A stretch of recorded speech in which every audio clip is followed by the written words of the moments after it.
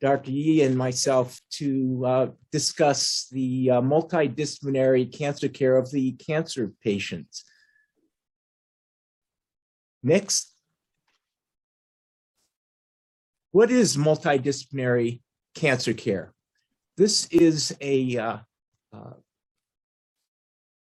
situation where patients are seen, consulted on, and their cases discussed by all of the specialists involved in the care of that particular cancer type. This, in its broadest sense, would include radiology, pathology, surgery, medical oncology, radiation oncology, and as we go on, the dietary services, physical therapy services, and the psychological services. We would be discussing their case amongst one another, privately and in the format of a tumor board. Cancer is a type of disease that oftentimes will require the input and care of various specialties in medicine. For this presentation, we will briefly discuss surgery, surgical oncology, radiation oncology, medical oncology, and our approach to multidisciplinary cancer care. And at the end, we will be very happy to entertain any of your questions. Next. Surgical oncology is a specialty that deals with the cancer patient. Oftentimes, they may be one of the first to evaluate such a patient, trying to work them up with regards to a biopsy to document that a mass is a cancer and what type of cancer. They oftentimes will obtain various imaging to further elucidate the extent of the disease. And then at that time, the case would be discussed amongst medical oncology and radiation oncology. Sometimes surgery is the first treatment, maybe the only treatment, but oftentimes this will be a treatment that is coordinated with medical oncology and radiation oncology in some form. With this approach, we can provide the very best care for the patient and achieve the best results. Sometimes the surgeons are involved with supportive care, such as the placement of a feeding tube or the placement of a port that will allow the medical oncologist to administer the systemic therapy. Next.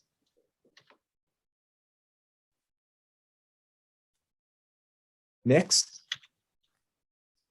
Now, I will be discussing what radiation oncology is as a specialty. Next. We perform formal consultations upon referral of a patient.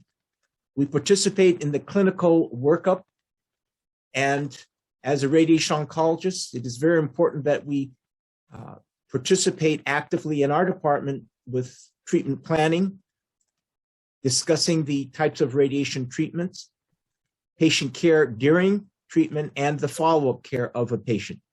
Next. What is our training? First of all, we go to medical school and then perform a residency in either medicine or surgery, and then starts the residency in radiation oncology, which is a 4-year program. Oftentimes, a radiation oncologist would then enter a fellowship training program. Next. The foundations of radiation oncology will include basic general medicine, general oncology, radiation oncology with regards to medical physics, radiobiology, molecular biology, and radiation therapy. Next. It is important that we thoroughly analyze a case, just like the surgeon, just like the medical oncologist. What is the extent of the primary tumor? Where has it spread to? We then make a decision as to what is our goal of treatment.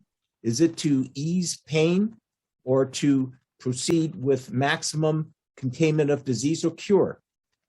Once that decision has been made and a patient felt to be a candidate for radiation therapy, after the consultation, we would have the patient undergo CT simulation. Now, this is a time where treatment is not administered, but is a form of treatment planning. The patient will go to our department, and sometimes special immobilization units are created for the patient, and then they are placed in a CT scanner, and a scan obtained of the treatment area with the patient exactly in the treatment position. At that point, we would use the CT scan for complex three-dimensional computer-based treatment planning. We will outline the area of the tumor, the regional lymph nodes, the organs surrounding it, and this will be recreated in a three-dimensional format. With specialized software, we then will determine how we would approach the treatment site. This will include perhaps the primary tumor and the lymph nodes. And in order to try and minimize side effects and complications, it is important to create a dose cloud around the site of treatment and minimize the radiation to the surrounding areas. This is all done through three-dimensional complex computer planning. Next. This involves an important member of our team, which is medical physics. Dosimetry is a specialized area whereby the CT simulation and treatment planning is performed. Oftentimes, we will import a PET scan and fuse it with our CT scan, which then will create where the tumor sites are located and allow inclusion of those sites in a very accurate fashion. Next. This is an example of a breast cancer treatment planning in the various slices. As you can see, the different colors are the dose clouds that we create.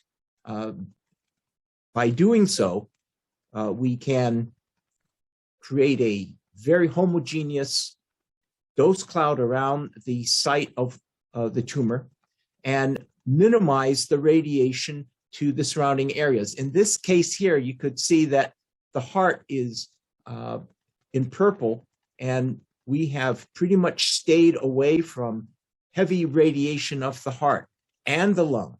So this is something that has evolved over the past 10 to 15 years.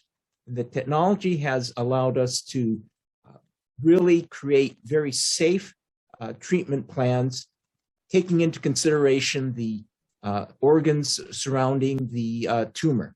Next. This is an example of a treatment plan for a prostate and the lymph nodes. The dose clouds around the areas are representative of what we want to treat. And this will allow us to carve the dose clouds away from the major organs so that we can limit the dose and volume. And that allows for a better treatment plan, less side effects, and certainly it decreases the complication risk. Next. This is a picture of the linear accelerator. The treatment couch is flat and very firm by design. It can move in different heights and different angles. The linear accelerator head is one that is at the top in white, that circles the patient. On the sides there, you can see the CT scan that is built into the linear accelerator. Next. Now, treatment plans will involve either two-dimensional planning, more often three-dimensional planning, and very, very often what is called intensity modulated radiation therapy and stereotactic body radiation therapy and stereotactic radiosurgery, as well as brachytherapy. Now, brachytherapy is what people are familiar with regards to implantation of radioactive sources. The other treatment plans here are all with external beam radiation therapy. Next. Specialized radiation oncology treatments would include proton therapy, neutron therapy, heavy charge particle therapy, and carbon ion therapy. These are oftentimes at very specialized academic centers because they're very, very expensive.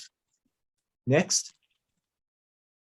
Let me turn the discussion over to my colleague, Dr. Yi.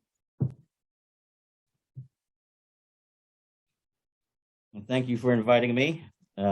Just want to give a little bit of background about what's involved when you see the medical oncologist as part of your cancer treatment team. Oh, next slide, please. So when you think of the medical oncologist, usually think of them as the chemotherapy doctor, if you will. Medical oncologist employs chemicals to treat and control cancer. These can come in different formulations. They can either be oral, they can be injected into the patient. It has to do with how available the drug is when you put it into a person's gastrointestinal tract in terms of which method is used. The oncologist also works with a patient's primary doctor to help to treat the side effects of any cancer therapies. And we're the ones that tend to monitor the patient over time for recurrences of cancer after the primary treatment has been completed with the surgeon or the radiation oncologist. Next slide, please. So I've put here the 4 roles of chemotherapy, if you will, in orders of priority. First of all, the main goal would be to cure cancer whenever possible. Some patients, though, when they get to my office, they may have already been cured. They could have been cured by surgery or maybe from radiation. And in this situation, the medical oncologist therapies are there to decrease the risk of the cancer coming back. There are some times, unfortunately, though, that we cannot cure the disease. In that situation, the role of therapy becomes to prolong a patient's survival or perhaps to decrease the symptoms of their illness. Next slide, please. So I've now divided the types of chemotherapy into several broad groups that I'll discuss with you, at least as a general overview. These agents would include cytotoxic agents, hormonal therapies, and more recently, monoclonal antibodies. Next slide, please. So cytotoxic agents are the ones that you probably think of most. When you see the patients who are missing their hair, patients who have nausea from treatment, these are usually the drugs that you're thinking of. They've been around the longest, and if you will, the discovery of these drugs harkens back to the First World War, when they were using these mustard gases on one another. What they've discovered is that when you use these types of chemicals, they can impair cellular function. A number of our chemotherapy drugs impair cell replication. So on the picture you see on the right side of the screen, those are cells dividing. The chemotherapy cells are, if you will, blocking that. Some other chemotherapy cells don't directly block the cells from dividing, but rather interfere with cellular metabolism. As you know, your body has many enzymes and chemicals, enzymes that help your body use the food that you eat and turn it into, well, normal cells. But because these chemicals tend to block some type of cellular metabolism, this is where the big side effects come. Hair is a rapidly dividing cell type, so patients tend to lose their hair from chemotherapy. The immune cells are also rapidly dividing, and so that's why you see immune suppression. Your gastrointestinal tract cells are also very rapidly turned over, and that's what results in the nausea and vomiting. And as you decrease these cells' jobs, their functions, it can result in patients becoming tired. Next slide, please. So hormones, of course, when people think about hormones, they're thinking about the picture on the right-handed side. But this is not quite that kind of hormones. In general, hormones are naturally occurring chemicals. They're chemicals secreted by cells to exert an effect on other cells in the body. For example, sex hormones are secreted by the brain to tell the ovaries to produce eggs, and of course, then people can have kids. But some of the cancers actually have these receptors for hormones on top of them. And what you can find is that by blocking some of these hormones, you can exert effect on the cancer. So if a cell is dependent on estrogen, for example, to grow, using an estrogen blocker can turn that type of cell off. Additionally, if you think about some of the steroids that are available over the counter, you can go to the store and buy hydrocortisone. Hydrocortisone helps with itching, right? Well, part of how that works is that these drugs, they block the immune cells. So the immune cells are what's causing the itching. When you turn them off, then you can make the itching better. However, that also works on the cancer cells that are derived from the immune system. By using steroids, you can turn off the cells and actually kill off cells that are from lymphoma, for example. So this kind of therapy is a little more specific than our classic cytotoxic drugs, the drugs that kill rapidly dividing cells. They're exerting a more specific effect on cells that have the receptors for them. Next slide, please. I think a lot of people have been are getting more familiar with antibody therapy, especially in this current pandemic. As you know, there are some antibodies out there which we can use to bind to the virus and then take them out of circulation, potentially improving outcomes for people. This technology can also be used, actually it was probably previously used on cancer cells as opposed to using it on viruses. So by designing antibodies, you can target very specific proteins on cells. And that's sort of that this image on the right shows is the antibody is trying to stick to this cell. And it can help the body to identify and destroy the cancer cells more specifically than the chemotherapy or even potentially hormonal therapy. But antibodies are big. They don't really fit in a pill. So these kinds of treatments are typically administered either by a drip intravenously, or they can be injected under the skin as they're suspended in solution. Next slide, please. Here are a few examples of some of the targets for these monoclonal antibodies. Head and neck cancers are often cells that are called squamous cells. These cells are seen in the skin tissues as well. So by identifying the epidermal growth factor receptor, okay, if you will, a marker for skin type cells, you can more specifically target the head and neck cancers. The trade-off is it's not perfectly specific. Patients, since you're targeting the epidermal growth factor receptor, patients can get rashes when you infuse them with this particular antibody therapy. There are a number of breast cancers that express a gene called HER2/neu, and this can also be seen on the cancer cells. What we found is that by adding an antibody therapy to our treatments for cancer, it can improve the outcome for patients with HER2/neu positive breast cancers, increasing the cure rate and decreasing the relapse rate. But again, not perfectly specific. HER2/neu is also expressed on gastrointestinal cells and cardiac cells. So when you give a HER2/neu antibody, you can potentially injure the heart and potentially injure the colon.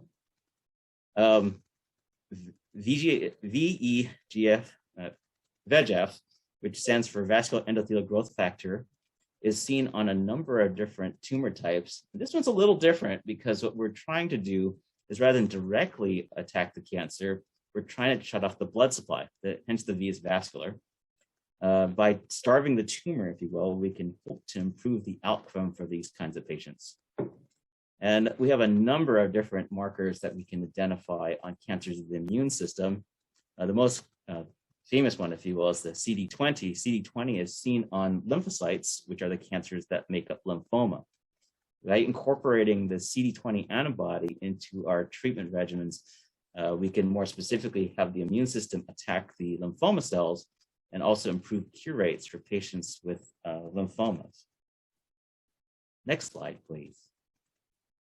So I put this slide in here because it's a kind of a different target.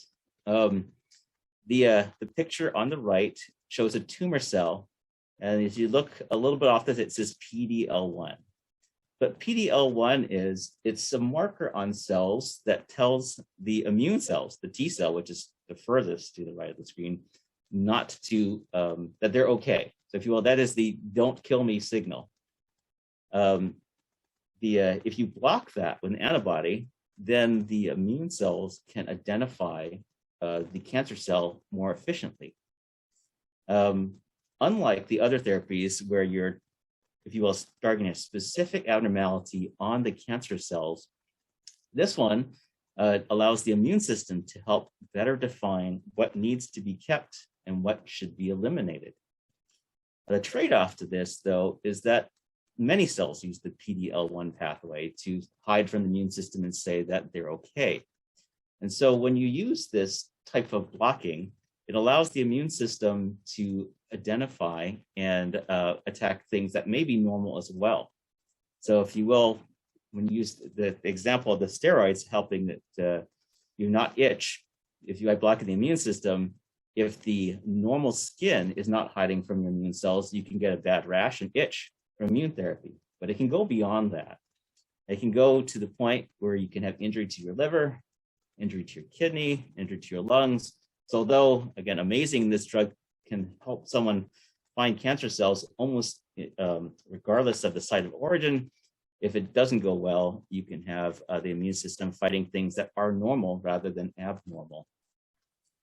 But the immune system is many times more effective, oftentimes than chemo, and we can see long-term control with this kind of therapy. You probably see commercials for it, and if you watch the Super Bowl, I'm sure the company that makes Keytruda will show at least a few commercials because they're trying to get their drug recognized. So again, because it's out there, I figure it's a good thing for at least you know a little bit about how it works. Next slide, please. So we're kind of coming back to how these things can be employed together. Can you do radiation and chemotherapy to improve the outcomes of one tumor type rather than just over one therapy as opposed to with and get better results with two?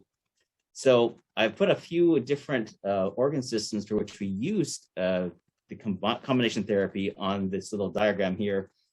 We do drugs and radiation together for cancers of the brain, cancers of the head and neck, cancers of the rectum, prostate, and cervix. I think it got cut off, but I believe it says there in the esophagus. It's on my screen, I can't see it. The esophagus and the stomach. Yeah, you're correct. Let's go into the next slide. Thank you. So in terms of how we do this, it kind of depends a little bit on the tumor type. Some drugs are they can be formulated into a pill, and we can add the pill to radiation therapy. Sometimes we have to do it continuously. Some drugs don't last very long, and so we have to have it constantly dripping into a patient to boost the effects of radiation. And some drugs will last for a while, and you can give a dose every few weeks instead of doing it every day. So next slide, please. So this, I'll hand it back over to Lance here to kind of sum up with some more specific examples of the things that we do. Yeah, very good. Excellent presentation, Dr. Yi. Now, the mechanism of action of systemic therapy, chemotherapy, immunotherapy, is similar and different from radiation. Radiation therapy can be viewed as an energy ray. This energy ray will pass through a cell, and in essence, if you were able to look at the surface of the cell, you would say it didn't do any difference to it. It doesn't look burnt or scarred, but the energy goes through the cell and affects the DNA. With radiation, it will cause the DNA to essentially pull apart. And in the cancer cell, they cannot repair that DNA damage. When they have a DNA that is damaged by radiation, it cannot reproduce itself. And that is the definition of cell death. Within 2 to 3 weeks, that cancer cell will have liquefied and the body will remove it like any other waste product. However, what happens to an adjacent normal cell? Well, that normal cell still has the same effect of the radiation. We will cause the DNA to pull apart, but in a normal cell, within 6 hours of the radiation damage, it can repair that DNA. With that, we can selectively kill the cancer cells and allow the normal cells to remain reasonably healthy. With the use of systemic therapy, chemotherapy, that can intertwine with the DNA, and as the radiation is administered, it will allow a better kill rate of that cancer cell versus with radiation by itself. And that is why we oftentimes will combine chemotherapy and radiation therapy together, get a better kill rate. However, with that, the potential for increased side effects is part of that treatment. Radiation has its own side effects. Chemotherapy has its own side effects. Sometimes we have common side effects, but the toxicities are potentially quite significant. And that is why it is so important that the medical oncologists and radiation oncologists are in communication with one another, coordinate the patient's treatment, and jointly monitor the patient throughout their care. Next, as we have here the examples of combined cancer treatments. Lung cancer is in particular one where we use chemotherapy with radiation therapy for those patients who cannot undergo surgery because of the extent of the disease. Dr. Yi has talked about head and neck cancers. In the past, radiation and surgery were used, and we got some good results. But as time went on with the development of chemotherapy, cisplatin has become a major radiosensitizing agent. It can kill the squamous cell carcinoma on its own, but with radiation at a lower dosage of the chemotherapy, it serves primarily as a sensitizing agent so that we can kill the head and neck cancer cells better with the radiation therapy. There are other drugs that are used with the radiation, like carboplatin and also cetuximab. Next. With prostate cancer, we oftentimes will use hormonal therapy, Lupron, Eligard, to work with the radiation. With locally advanced prostate cancers, the use of hormonal therapy initially can help shrink the tumors in the prostate, and then we continue the hormonal therapy with the radiation, and oftentimes what is felt to be the same phenomenon, a radiosensitizer effect, is felt to occur, that we're able to kill some of these very aggressive tumors better with the radiation and the hormones together. We also have an example of brain tumors, glioblastomas, where the use of a special chemotherapy agent with radiation has been proven to give much better results than radiation by itself. With these tumors, they're very aggressive, very malignant. Oftentimes, we will start with surgery. The surgeon will try and resect maximally the tumor while still hopefully preserving neurological function. After that, we time the beginning of chemotherapy and radiation therapy very, very carefully and coordinate that. Next, for rectal cancers, we oftentimes will use chemotherapy and radiation therapy upfront to shrink the tumor and hopefully will cause sterilization of some of the pelvic lymph nodes. As the surgeon then goes in subsequently to operate, we hopefully can get clear surgical margins. And in some cases, we actually have no evidence of tumor in the rectum when the resection has been performed. The same for esophageal cancers. Many times we will go with chemotherapy and radiation therapy up front. And in some of those cases, we will have sterilized all of the tumor. That's in the minority of them. But most of the time, if the patient can be a candidate for surgery, we go with surgery after the upfront chemotherapy and radiation. Again, all of this is orchestrated in a very planned, coordinated fashion. Next. With the multidisciplinary approach, as you can see, it involves all of the specialties of cancer, plus our colleagues in radiology, and oftentimes it will be something that will require discussion in a tumor board setting, once, maybe even twice.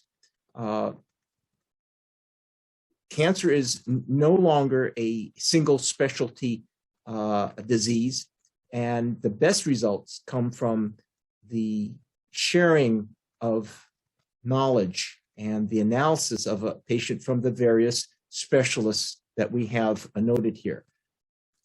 Now, Dr. Yi and I will be answering some of the questions that were submitted previously and any questions that have occurred at this time.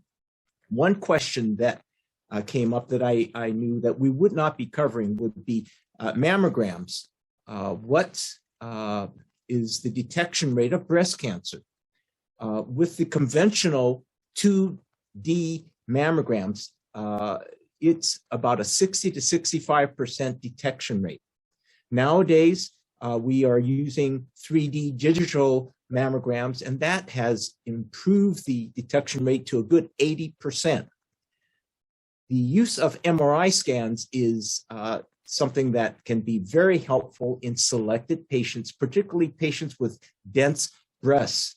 MRI scans are very expensive, and therefore they are not used in a screening format, but rather used in a diagnostic format after we have had the patient undergo specialized mammograms and even ultrasounds. The MRI can oftentimes show other sites of disease in the breast that we didn't see previously, or even the extent of the disease of the primary site. There was a question about coverage of radiation oncology and medical oncology by the insurance companies. I'll make a brief comment from a radiation oncology viewpoint, and Dr. Yi will give his comment with regards to medical oncology. In general, the vast majority of cancer cases that are standards of care for the use of radiation are covered by insurance companies. What we get into a complex nature is whether they will cover specialized treatment planning like intensity modulated radiation therapy or stereotactic body radiation therapy. They will cover perhaps the concept of the use of radiation, but they may not cover the approach that a radiation oncologist would recommend. This is something that should not really involve the patient, but rather the insurance company and the radiation oncologist. How much does it cost? Well, it depends on the complexity of the treatment planning, complexity of the daily treatments, how many treatments are being administered. So it is something that is really dependent on a lot of different factors. Dr. Yee? In terms of what happens for the medical oncology side, this can be a little bit tricky. Old drugs like hormone blockers, which have been around for a long time, are very inexpensive and covered very well by insurance. Newer drugs, just recently patented by drug companies, can be very expensive. It would not be unusual for drugs to cost more than $15,000 per month. Now, this is the list price. The insurance mostly covers at least 80% of that, but even 20% of $80,000 is a tremendous amount. There are programs that are involved to help with coverage of medications. Insurance cannot typically deny treatments that are FDA approved, but nevertheless, it can be a challenge. And as a result, it's, this is why it's important to have insurance in this country, because if you will, the American system is one in which the companies can charge whatever the market will bear. I see that a question has been entered in the chat, and I guess I can address that. What if a cancer patient gets COVID while they're receiving cancer therapy? Unfortunately, the risk of complication is higher. Patients who have cancer and have COVID are at a higher risk of death. These are the patients that we've been focusing on and trying to get some of the newer antiviral agents to more rapidly. We also are trying to get some of the monoclonal antibodies against COVID to these patients earlier. The challenge is that we have to get these therapies to the patient quickly, within the first week of their illness, for them to be known to be effective. So if patients who are on chemotherapy or even radiation therapy get COVID, we try to get them to these therapies quicker, especially if they're symptomatic. Other questions? Do you have other questions that you remember offhand? And also, if you can put them in the chat, and we'll address them as they come up. Great. There was another question about the imaging studies and the risks involved with that. First of all, CT scans, CT PET scans do have a risk factor. The patients are exposed to radiation, but a small amount. Sometimes I get patients who are very, very hesitant to undergo such diagnostic or imaging. They're getting radiation, and I tell them one treatment with radiation blows the amount of radiation they get from the one study, like a CT scan. A total risk for a lifetime is important to note, such that every CT scan one undergoes adds to your total history of radiation. And that is important, because radiation can cause cancer. It can cause malignancies. Now, what about MRI scans? MRI scans are not a form of radiation. It's a big magnet. So those patients are selected in that, while you don't get a risk from radiation, if someone had a pacemaker in place or a clip for an aneurysm in the brain, that would be very dangerous, because as the magnet functions, it will torque one way and the other and could cause a tearing of those units and cause major problems. What about ultrasounds? Ultrasounds are the safest. It's not a form of radiation. It's not a form of magnet, and there's no problem with that.